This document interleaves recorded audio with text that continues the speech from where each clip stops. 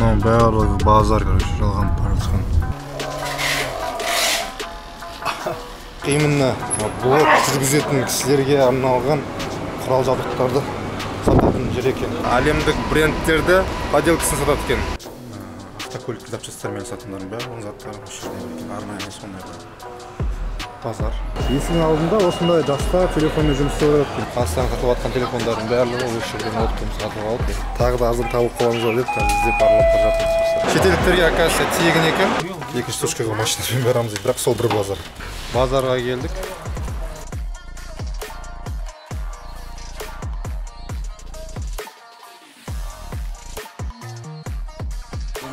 Мопед айдап жатқан айдайтындар көп қой. Көбейіп отыр ғой Алматыда. Солар ғана жасалынған екен.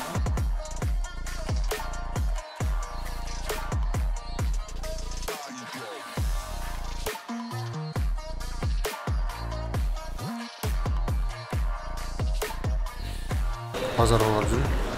Майда жүдейін барлығы осында. Үлкен техникадан басқа, киімнен басқа, тамақтан басқа нәрсенің барлығы осы базардың ішінде. Үлкен территориясы аралап шығу. Шаршап кеттім уже. Тағыр көрсетейін деген мінекей базарға шығамыз қазір.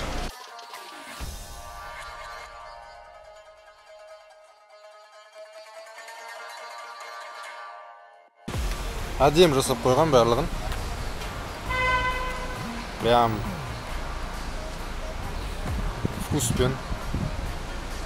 Бау бақшасы бола ма, базары бола ма барлығы. Дизайнмен, әдем дизайнмен жасалған. Төрт этажы базар. Енді бұны точно бір апта жүріп аралау керексің. Керек нәрсені табу үшін. Немесе хит нәрсені табу. Хит товар табу үшін өзіңе саудамен айналысатын, сатып айналысатын нәрсені табу үшін деген сияқты. Бәрін аралап жүру. Нормальный маска, кәдімгі. Адамға арналған маска. Мынау енді кімге арналған маска? Адам қолдары еңседі. Масқа егіземіз бұны. Жаңа бір точкаға тоқталып керек заттарымызды біраз қарадық енді. Осы жерде қуандық өзіне керек заттарын қарады. Ана кісі точканың екінші точкасы бар екен осы базарда. Кеттік деп екінші точкаға алып бара жатыр ғой. Сөйтсек сыртқа шығып жатырмыз да, мына іште емес па десем. Екінші точкаға машинамен барамыз, бірақ сол бір базар. Тиіп алыс. Қазір машинасымен барайық деп тұрмыз.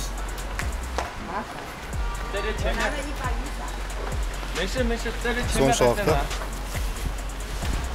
базардың ар жағына бару үшін машинамен бару керек. Мынау барлығы базар, короче, жалған парадхан.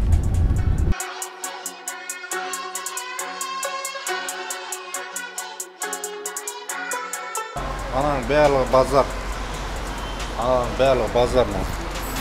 Парковкасіне уже этаж-этажбен көтеріліп. Барлығы базар. Масштаб қаншалықты екен примерно байқай берсеңіздер болады. Қазір бір кісінің бір базардың ішіндегі екінші точкасына бару үшін біз көлікпен бір 7-8 минуттай жүріп келдік шамамен. Ішкі Қытай осы жер саналады. Yani сауда-саттық, производство барлығы осы жерде жақсы дамыған. Мына сыртқы Қытай. Бұлай тасымалдаудың өзі үлкен жол болып тұр ғой кәдімгідей. Товар кешігіп жатса, неғып келмей жатыр, неге тез келмей жатыр деген түсініктен аулақ болуымыз керек, потому что біз примерно жолдың объемын көріп отқан шығарсыздар да, осыны сезінуіміз керек та. Car City'дің заттарының барлығы осы жерде. Түгел Car City'мен айналысатындар. Автокөлік запчастармен сатылатын барлығы заттары осы жерде екен. Арнайы сондай бір базар. Осы жерде жатып, қонып жұмыс істейді екен. Вот. Көліктерге, әртүрлі брендтерге запчасты. Запчасты емес енді. Аксессуарлар больше. 2, 3, 4, 5 этаж. 5 этаж. Автокөлік заттарына арналған базар. Енді мына жағын ұзындығын білмеймін. Мына жағында ұзындығын білмеймін, аралап көрмедім, қысқа ғана. жүріп көріп айтып жатырмын.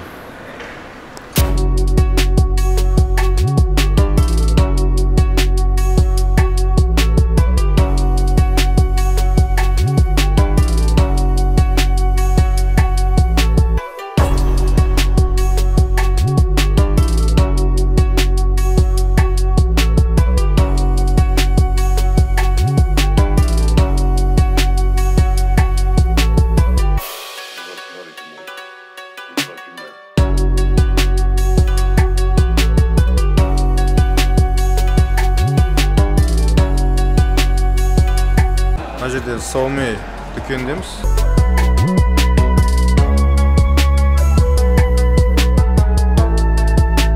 Яғни М-Space егетін дүкені бар, сол Xiaomi'дің заттарының барлығы былай айтқанда сол дүкенде тұр. Солай ғой?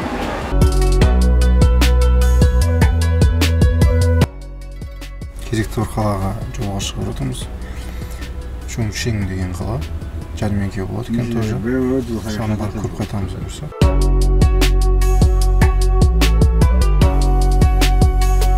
Шетелдіктерге оказывается тегін екен. Просто тіркеп қояды. Тек қана қытайлық азаматтар ғана 50 юаннан алып отырады. Бізге береді.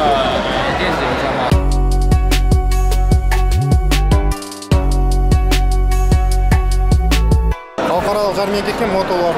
Мото сүйгіш қауымның халықаралық жәрмеңкесі 21-ші рет өтіп жатыр екен.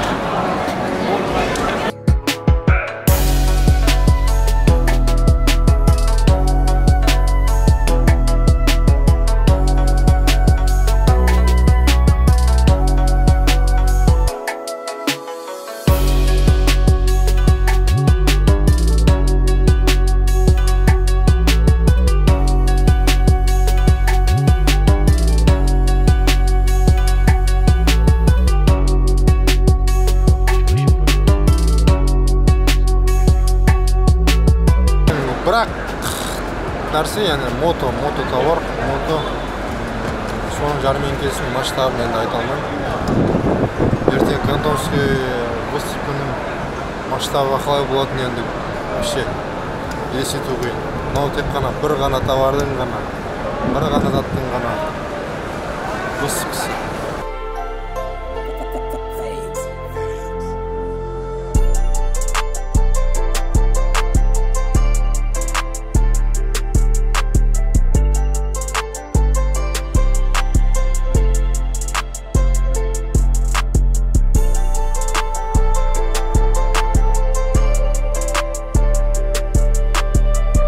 Чуншин қаласында жәрмеңкеден шықтық.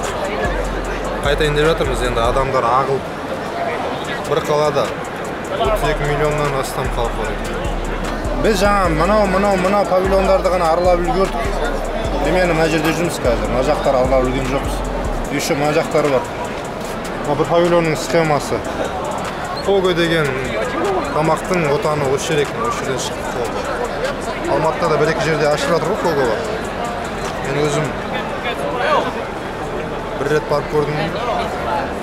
Сол Фогоның отаны осы жер екен. Қазір енді Гуанчжоуға кешкісін билет алып қойдық. Қазір бір жерге бір тамақтанамыз. Сонымен Гуанчжоуға.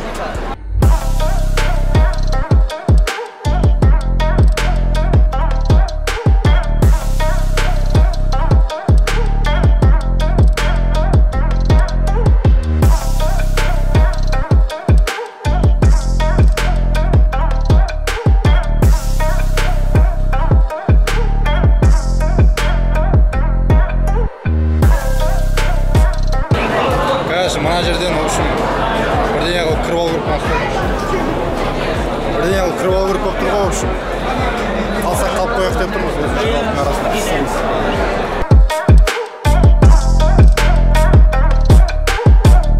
Чуншин қаласынан жәрмеңкені бітіріп шықтық. Енді атышулы Гуанчжоу қаласына кетіп бара жатырмыз. Как раз түнде барып түсеміз, Гуанчжоу қаласын түндетіп көрейік деп тұрмыз ғой. Аралайық деп тұрмыз бұйырса. Гуанчжоу қаласына келдік, аман есен қондық. Гуанчжоуда түнде ғана ашылатын бір базар бар екен. Соған келіп бір аралап кеттік. Жалпы әлемдік брендтерді поделкасын сатады екен. Енді поделкасы соншалықты сапасы ұқсас, ажырату өте қиын екен.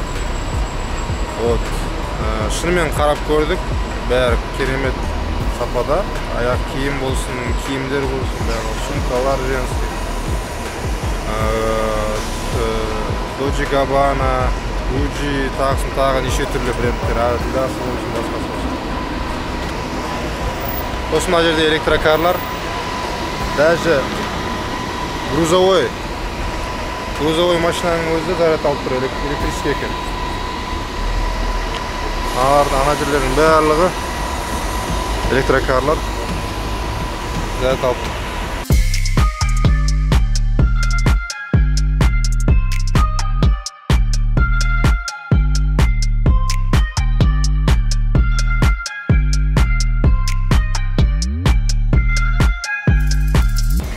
Шыңжың қаласының базарына шықтық. Электроникалық заттардың базары. Жалпы Шыңжың қаласы электроникасымен атақты қалалардың бірі.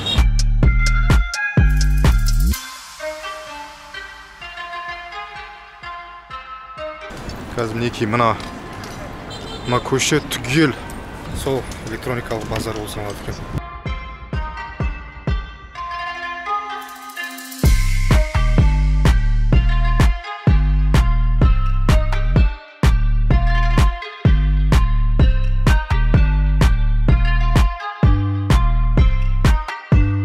Электро тауарлардың, яғни телефон бола ма, ноутбук бола ма, басқа да кез келген электро жабдықтарының, электро құрылғыларының запчастары, кабельдері, чип, микросхема, түгел микросхема, барлық кабельдер, барлығын осындай сататын орталық базар бар.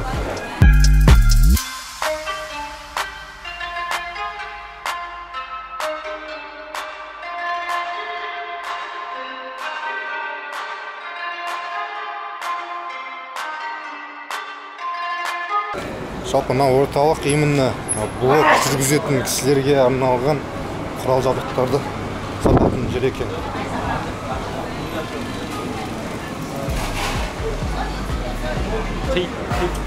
Неше түрлі переводчиктер бар екен, бірақ ең дұрысы осы. Телефон чехолы, комп чехолы, в общем, бүкіл чехолға қатысты нәрселердің бәрі.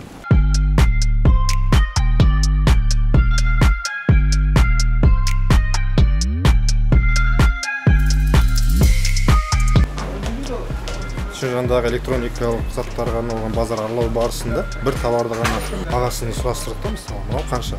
Бірінші точкада 480 евро деді. Одан кейін тағы кішкене аралап еді, тағы 380 евро. Қазір тағы 280 евро дәл сол товар. Енді тағы да арзан табылып қаламыз ғой деп, қазір іздеп аралап бара жатырмыз. Яғни аралаған кезде одан да арзан, дәл сондай сападағы одан да арзан табуға мүмкіндік бар екен мына жақта. Телефонның базары барлығы осы жерден алады екен. Қазақстан сатылып жатқан телефондардың барлығы осы жерден оптом сатып алып бізге әкеліп келген. Қазір көріп бағаларын салыстырып қарап.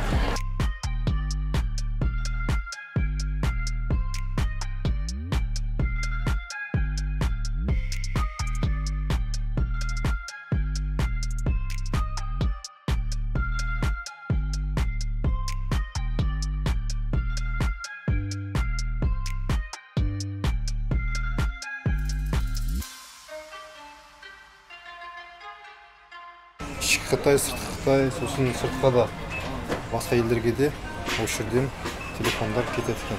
Телефонның жаңағы AirPods бар, басқасы бар, Huawei, iPhone, барлығы бар.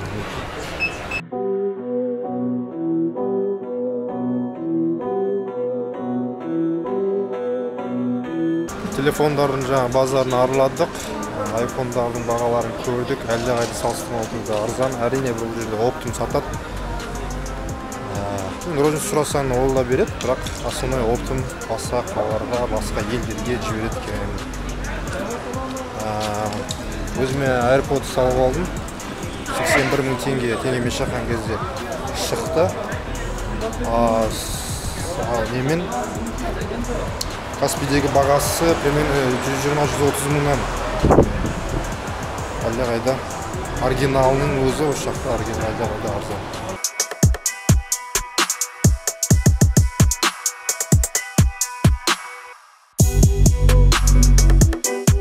Камерамен қызығатындар, жалпы мобилографиямен айналысатындар,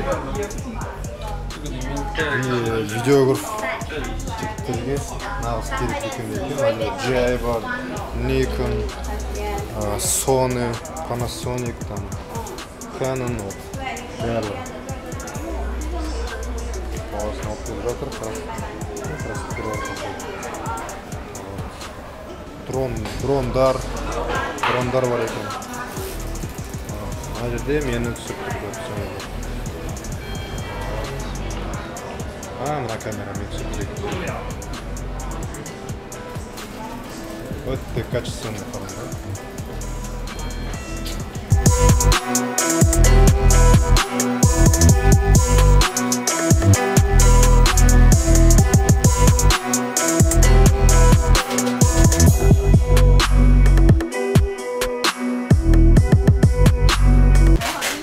Керек нәрсенің бәрін табуға болады.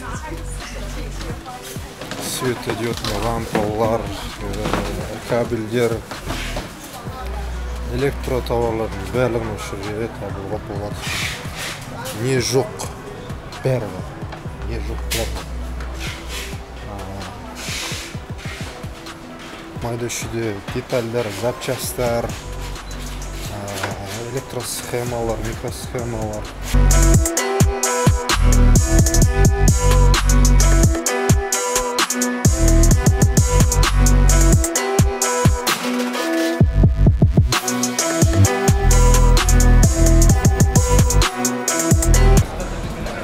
Полицейскийлер осылай жүріп қадағалап жүреді.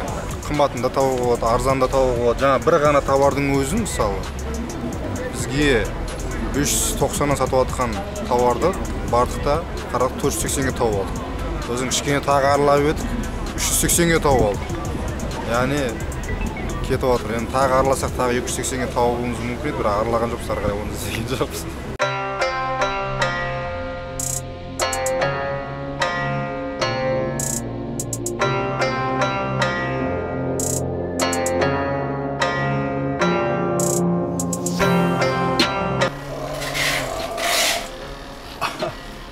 Массаж жасайтын аппараттарынан бәрі.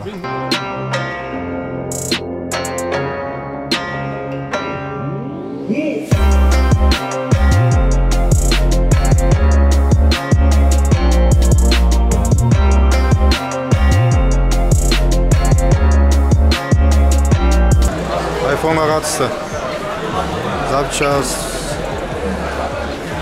детальдары, микросхема, корпус, ноутбук, Mac, этот телефонның өзі, наушник, AirPods, таза iPhone қатысты нәрселер.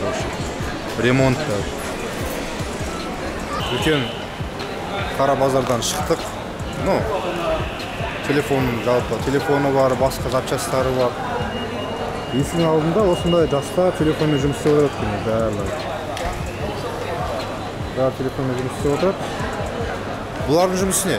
Бұлардың жұмысы онлайнда отырады да, заказ берсе, сразу шекретті сөйлесе салады, заказды отправить ете салады, болды. Өйстіпті теңге тауып, өздерінің нәпақасын тауып жұмыс істейтіндер бар екен. Бір қатар, бір қана.